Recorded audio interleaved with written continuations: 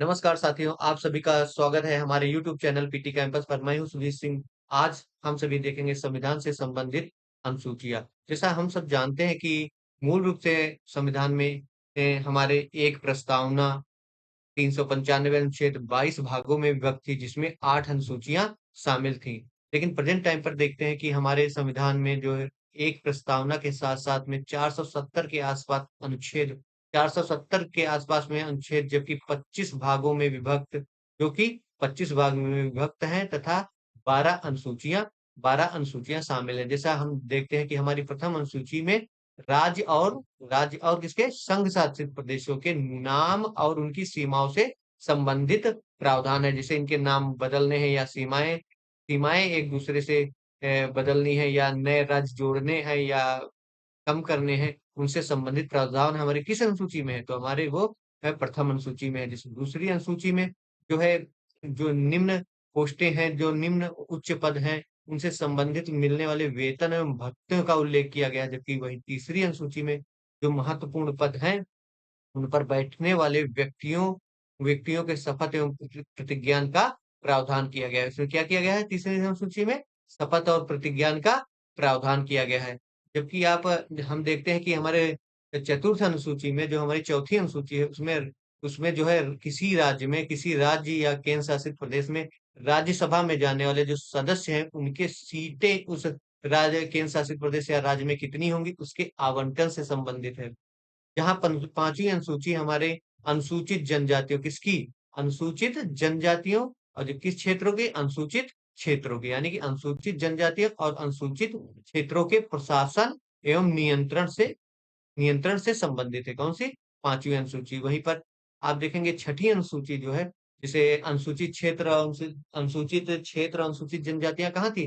वो लगभग असम, मेघालय, मिजोरम एवं त्रिपुरा राज्य जो है, किसमें? असम, मेघालय, मिजोरम और त्रिपुरा, ये छठी अनुसूची में है कि असम, मेघालय, मिजोरम और त्रिपुरा राज्य के जो अनुसूचित जनजातियों के अनुसूचित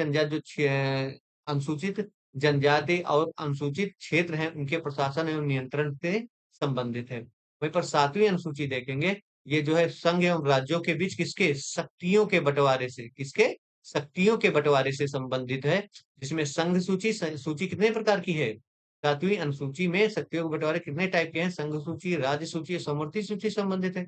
आप देखेंगे संघ सूची के मूल संविधान में 97 विषय थे। कितने विषय थे? 97, लेकिन वर्तमान में लगभग 100 विषय हैं। राज्य सूची में मूल संविधान में 66 विषय से थे, लेकिन वर्तमान में 61 विषय हैं। वहीं समवर्ती सूची में मूल संविधान में कितने विषय थे? 47 विषय थे, लेकिन वर्तमान में कितने? 52 विषय हैं। वहीं आप देखेंगे जब 8वीं अनुसूची है, 8वीं अनुसूची किससे संबंधित है? 8वीं अनुसूची भाषाओं से संबंधित, किससे? भाषाओं का उल्लेख किया गया है। किसका उल्लेख किया गया है? भाषाओं का उल्लेख किया। मूल संविधान में कितनी भाषाएँ थी? मूल संविधान में 14 भाषाएँ थी। मूल संविधान में 14 भाषाएँ थी, लेकिन वर्तमान में कितनी भाषाएँ हैं? वर्तमान में 8वीं अनुसूची में 22 भाषाएँ जोड़ी गई। 22 भाषाएँ हैं। कुल कितनी भाषाएँ हैं? 22 भाषाएँ। वही 92 संविधान संशोधन अधिनियम कब हुआ था? 2003 में। उसके द्वारा जो है बोडो, डोगरी, मैथिली, संथाली भाषाएं जोड़ी गई थी। उड़िया का नाम बदलकर 2011 में क्या कर दिया गया? उड़िया का नाम बदलकर 2011 में ओडिया ओडिया कर दिया गया है। वहीं आप नवीं अनुसूची में देखेंगे, नवीं अनुसूची जो है अपने मूल संविधान में नहीं थी। नवीं अनुसूची अपने मूल संविधान में नहीं थी। ये प्रथम संविधान संशोधन कब जोड़ी गई? ये प्रथम संविधान संशोधन अधिनियम 1951 में जोड़ी गई। इसकी अनुसूची की एक खास बात ये है, जो विषय नवीं अनुसूची में रख दिए जाते थे, उनको न्यायालय में चुनौती नहीं दी जा सकती थी।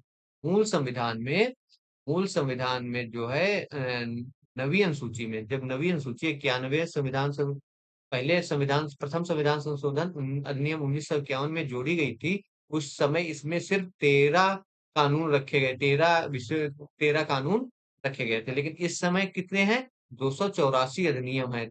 जो जब और तमिलनाडु में पिछड़ों को दिया जाने वाला 69% आरक्षण भी किसमें? इसी अनुसूची में रखा हुआ है। लेकिन 2007 में सर्वोच्च न्यायालय ने जो है निर्णय दिया, उसमें बताया कि इसके विषय को भी न्यायालय में चुनौती दी जा सकती है। नवीं अनुसूची को अनुच्छेद अनुच्छेद 31 बी नवीं अनुसूची को अनुच्छेद 31 बी के अंतर्गत संरक्षण प्राप्त है। जो वहीं 10वीं अनुसूची, हमारी 10वीं अनुसूची दल-बदल कानून से संबंधित है। किसे? दल-बदल कानून से संबंधित है। 52वें संविधान संशोधन अधिनियम 1985 द्वारा जोड़ी गई। किस संविधान संशोधन अधिनियम? 52वें संविधान संशोधन अधिनियम 1985 द्वारा जोड़ी गई है। इसमें दल-बदल की अयोग्यता पर प्रतिबंध लगाया गया है। इसमें बताया गया है यदि 1/3 सदस्य, कितने? 1/3 से अगर कम सदस्य हैं, पार्टी छोड़कर जाते हैं, तो उनकी सदस्यता क्या कर दी जाएगी? रद्द कर दी जाएगी। क्योंकि 91 संविधान संशोधन अधिनियम 2003 द्वारा ये कहा गया कि मंत्रिपरिषद की जो है संख्या 15% से अधिक नहीं होगी, 15% से अधिक नहीं होगी। वहीं 11वीं अनुसूची 73वें संविधान संशोधन, 73वां संविधान संशोधन का अधिनियम कब हुआ था? 1992 में हुआ था, सॉरी। 73वां संविधान संशोधन अधिनियम कब हुआ था? 73वां संविधान संशोधन अधिनियम 1952 में हुआ था। द्वारा जोड़ा गया था। इसमें पंचायती राज को प्रशासन करने के लिए कुल कितने विषय दिए गए थे? कुल 29 विषय सौंपे गए। ये पेपर में बहुत जो आता है। इसमें कुल कितने विषय सौंपे गए थे? 29 विषय सौंपे गए थे। वहीं आप 12वीं अनुसूची देखेंगे, ये 74वें संविधान संशोधन अधिनियम 1912 द्वारा जोड़ी गई थी। 12वीं अनुसूची 74वें संविधान संशोधन अधिनियम 1992 द्वारा जोड़ी गई थी और यह नगर पालिका को प्रशासन करने, वो कौन-सी थी?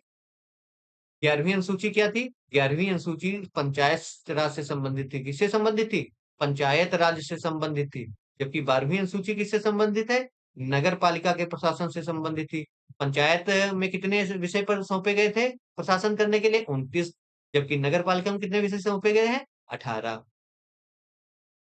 18 विषय, कुल 18 विषय सौंपे गए हैं। ठीक है?